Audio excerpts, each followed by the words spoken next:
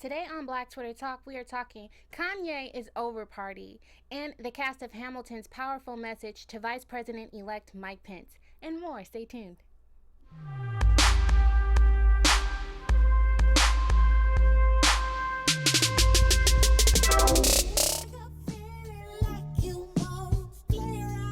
Hey, this is my jam.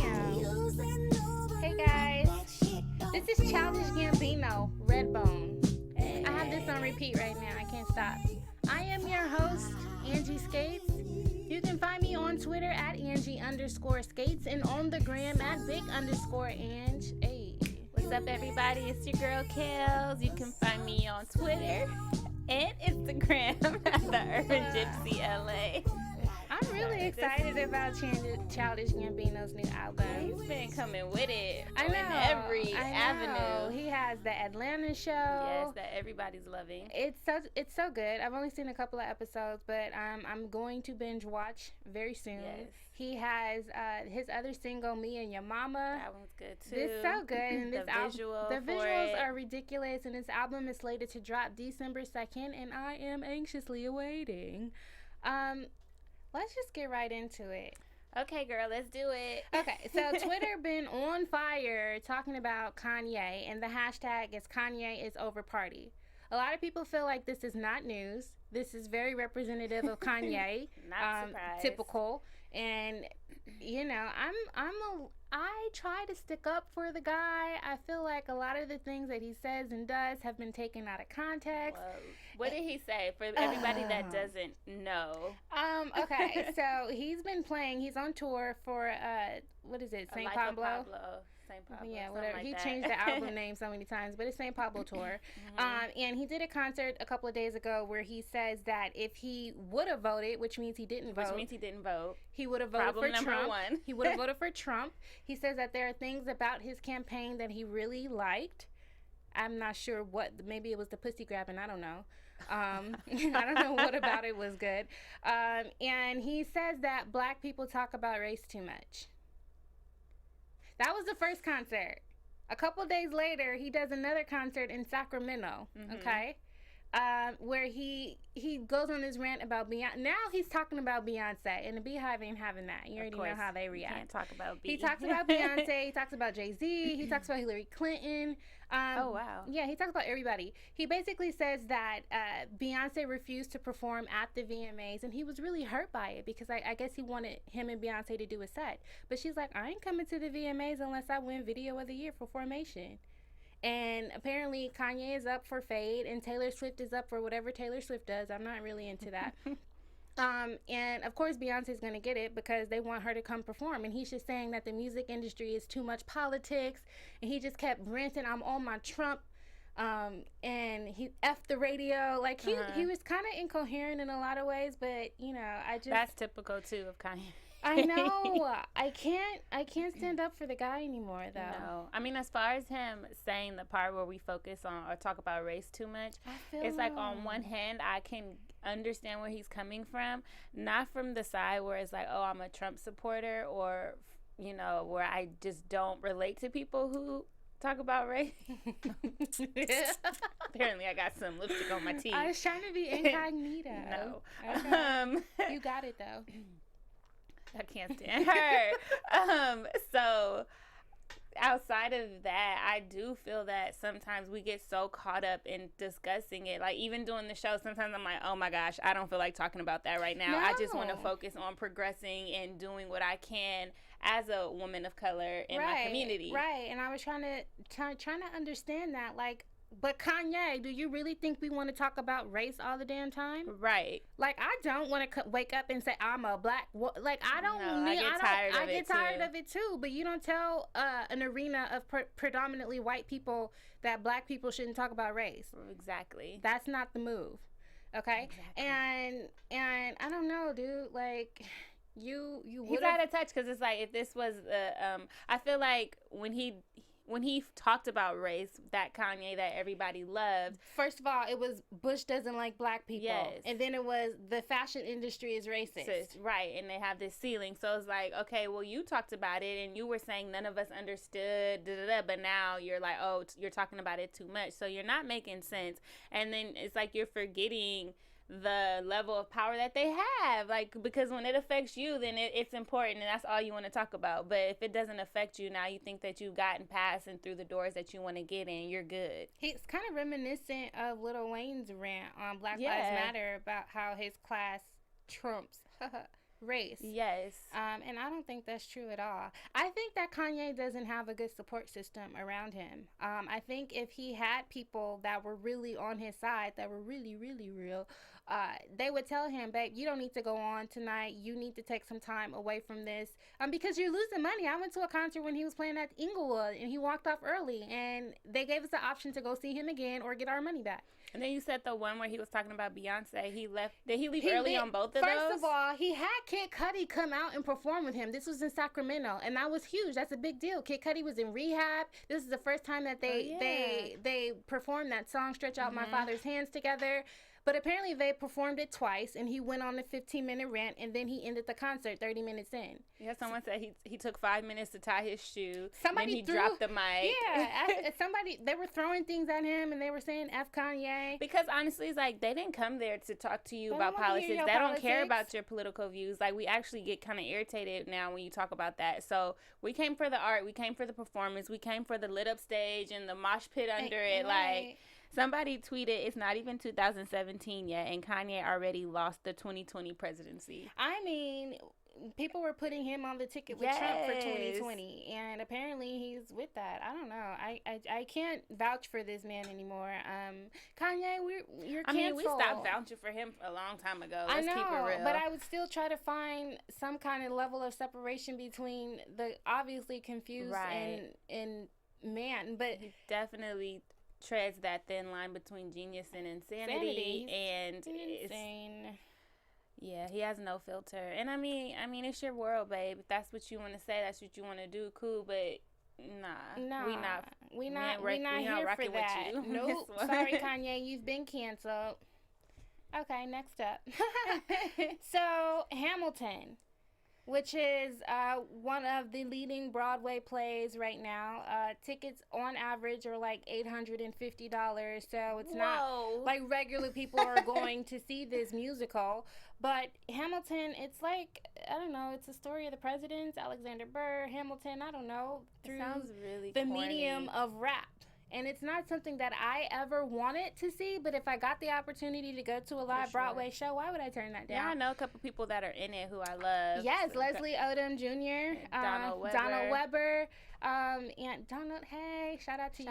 Doing your thing, representing. Like, I'm proud of these guys. And if, like I said, if I had the opportunity to go, but $850 for a Broadway show, it's too rich for me.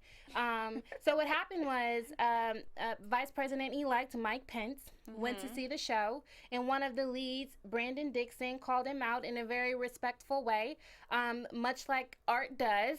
And we're basically saying that we are people and we are rooting for you to stand up for us too, you know, in so many words.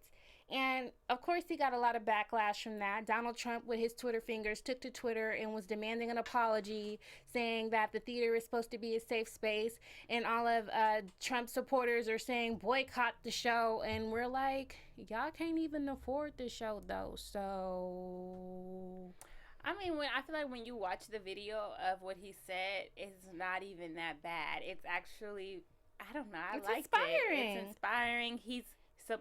The whole cast is behind him, so you can tell it was a group effort. It's not like he just stole the mic and said, and another thing. Right? Like, no, like, and he had it was eloquently said, and he wasn't being rude. The audience members were booing Pence. They did. But that is not indicative of the cast. It's like, when else would this man have an opportunity to say something to him? You in their house. Like, you on their turf. But somebody did say, well, when you do a theater show, you are inviting the audience into your house and to basically attack him like that in your house when he thinks he's coming into a safe space to enjoy art, like that's wrong. And it's no different supposedly than how when like black people came to the Trump rallies and things like that and got attacked. Oh, they were physically attacked and verbally assaulted. There is nothing that was intrusive or unpleasant about what Brandon said at all. Very true. So, first of all, Trump, shut up. Second of all, Trump, shut up. Third of all, Trump, you already know the deal. Shut your mouth. Mike Pence even said that he was not offended by the comments. So then, of course, Donald Trump backtracked it and deleted tweets and all that jazz. Yeah. It's like, how do you even have time to tweet, Mr. Like, aren't Trump? you supposed to be the president? And a lot of people are saying that this is a distraction from what's really important, which I don't really think that it holds that much weight. And we can multitask. Hello. The $25 million settlement for the Trump University fraud lawsuit that was against him, he settled out. And I think, like, there's some kind of code of ethics that, you know, goes directly against the office that he holds come January. Right.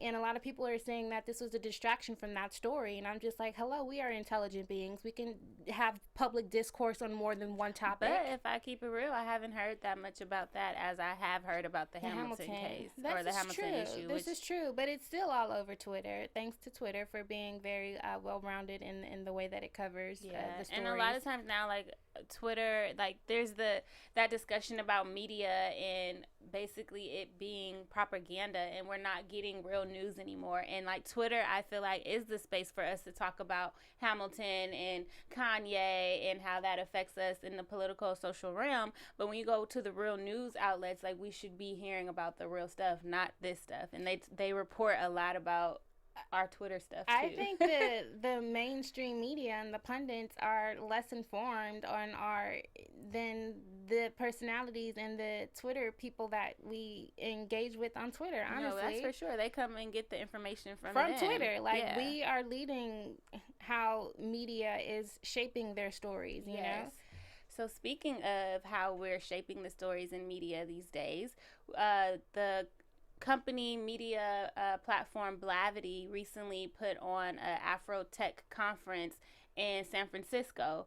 Blavity is the founder and CEO is Morgan DeBon, and she hosted this, and she originally only expected about 300 people, and it ended up being over 600 people. And she basically invited a bunch of people of color to come down and talk about the tech industry and the media industry, and it actually turned out to be an amazing event. And like, some of the people that went, they were just talking about, like, we were talking about safe spaces or whatnot. Like, the tech industry is an industry that they make us feel like there's not a lot of people of color there, and it's not always a comfortable situation to go to these type of events because you're one of few. Right. But in this particular event, we dominated, and it was just very representative of the fact that we always talk about here, that there is not one kind of black people. Right. It spoke to the diversity of us and the interest that we do hold in the tech world. Not only the interest, but the talent that is there as well. Yeah, they had Everett Taylor there. He's the vice president of marketing at Skirt, which is a new I wanted to try that service, but they don't deliver to the Valley. Yeah, so Skirt, if you don't know, is like this new rental car company that's kind of similar to Uber in a sense. Like, you can basically order your Skirt and they'll come and deliver you your rental car. And it's not a normal rental car company. Like, they have access to like different fleets, and you can get really nice cars for the low. And it's not a lot of paperwork involved. You don't have to sign your life away. All they need is your driver's license and your credit card number.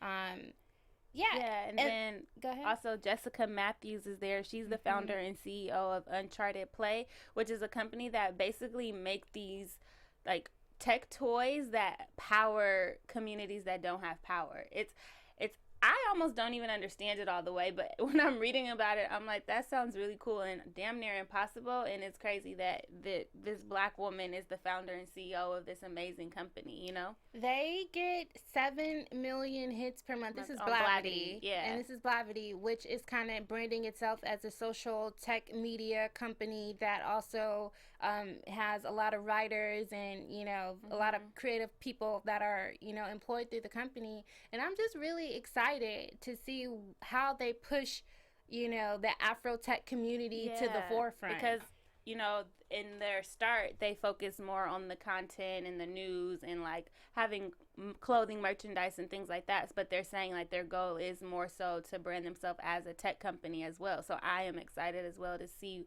what they have up their sleeves, because I followed the CEO before on Snapchat, and I'm like, she always working. She's a never not working boss babe type girl. That's and how you gotta be, of course. And I'm just like, what is she working on? A lot of stuff. Yeah, they said they're gonna do an all women all women of color tech conference next. That would be awesome. I'm not a tech person, but I'm interested. I love tech stuff. I know you do. That's why you're talking about it. But I'm just interested. I'm glad to celebrate people that are doing well in the things that they really like to do, especially in the world that we live in today. The world that we live in today is tragic sometimes. It's so tragic. Sometimes. I know. So this is not a news story, but I just recently read an article on Twitter that was written a couple of days ago about the Nestle CEO buying the rights to public water. I don't even understand how that works. You know how they already took the land, and then there's like certain airspace. Like now they've propagated the water. Like the hell. So apparently the Nestle CEO back in 2000 lobbied successfully that water is no longer a universal right. How is this possible? How is water not a universal right? We all need water to survive. And this is indicative of the No Dapple protest that we covered a couple of weeks ago. And a lot of people don't necessarily like when we cover issues like this. But, we're going to tell the truth. And then we ain't going to wrap it up in a candy bar and make it all sweet and good to you. Because it's real not sour. Public, water. Like, we literally all need that to survive. But it reminds me, too, of the GMO in our foods and stuff, and how they're not required to label and really tell you what's in the food. It's like, what the heck? Like, I'm going to pay for it, and I can't know what it is, and it's not even real. Like, even Whole Foods. It's supposed to be a Whole Foods grocery store. Like, they've given into the Monsanto Seed Act. So their produce isn't even real anymore. Like, where do we go? What do we do? Yeah, I just recently saw a video on Twitter where the lady has, like, this cabbage that she bought, and she puts it over the fire, like a leaf of it, and it doesn't do anything. And she just holds it over there for a cool minute. It doesn't do anything, and then she, like, starts to stretch it, and basically it's plastic. It's ridiculous. And then we wonder why cancer and all these other diseases, like, so we're sick? Eating plastic, like, and who knows what else. We're not well, and we can't even tell. So what does this mean for us? Like, what has it meant since 2000? That Nestle is going to make billions. They're going to profit, of course, and we're going to end up spending $2,000 times more on bottled water just for living. Like, you know what? I drink the Nestle water brand. Don't. It's the worst. Realized that. And that's another thing. A lot of times we can't draw the lines from our oppression to capitalism. We have to be aware of where we're spending our dollars. We have to be aware of who we bank with. Black Friday is coming up. I encourage you not to go out in masses and spend your monies with these companies. But if they need some things and they need it on a discount? Buy black, buy small companies, buy mom and pop, do your homework, do your research, and buy small business. Support small business, support black business. We have the power to dismantle. Yeah, we have to bring it back to our community. Like, we have to. Where we can, at least. Survival. Like, there's some areas where it seems damn near impossible, but wherever we can, we do have to do it. And we have to. It's a lot of work to do. It is a lot of work. And I don't know. I just want to say, I want to bring this to light since we're talking about water. The Flint water crisis. It's been 2 years and counting. And 2 years? 2 years and counting. And they still don't have clean drinking water. And this reminds me of one of my favorite authors, Octavia Butler. Seeds to Harvest is like the whole anthology, but I believe it's Parable of the Talent specifically, where I'm starting to see some of the things. Parable of the Sower, where I'm starting to see, I read them all back to back, so it's one book to me. Excuse us, girl. But like, we're starting to see some of the things that she wrote about, like, actually happen. Yeah, it's really scary. It's really scary. I don't know, y'all. But like my grandma said today, keep your head up. Ooh.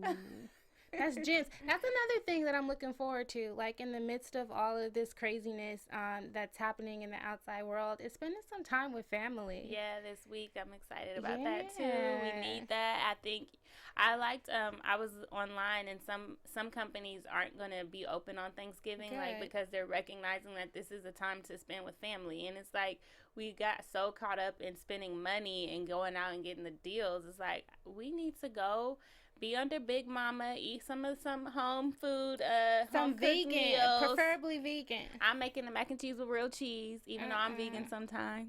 I'm vegan all the time, so that just won't do. I'm just kidding. It's okay, but Thanksgiving ain't the same kidding. without the real mac and cheese. Whatever. So, y'all. Anyway, I'm looking forward to more of this. Like, I just need to recuperate and recharge with my family, and I encourage you all to do the same. This is the season for it. Your family. Yes, and forget all that mess out there.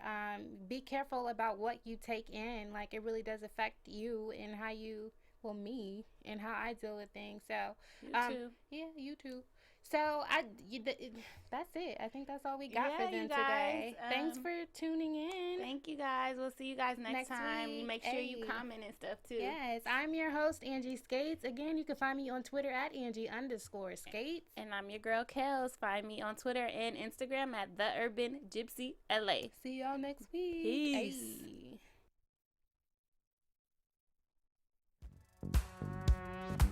From executives Keven Undergaro, Tiana Hobson, and the entire BHL staff, we would like to thank you for supporting Black Hollywood Live, the first online broadcast network dedicated to African American entertainment. For questions and comments, contact. The views expressed here are those of the host only and do not necessarily reflect the views of BHL or its owners or principals.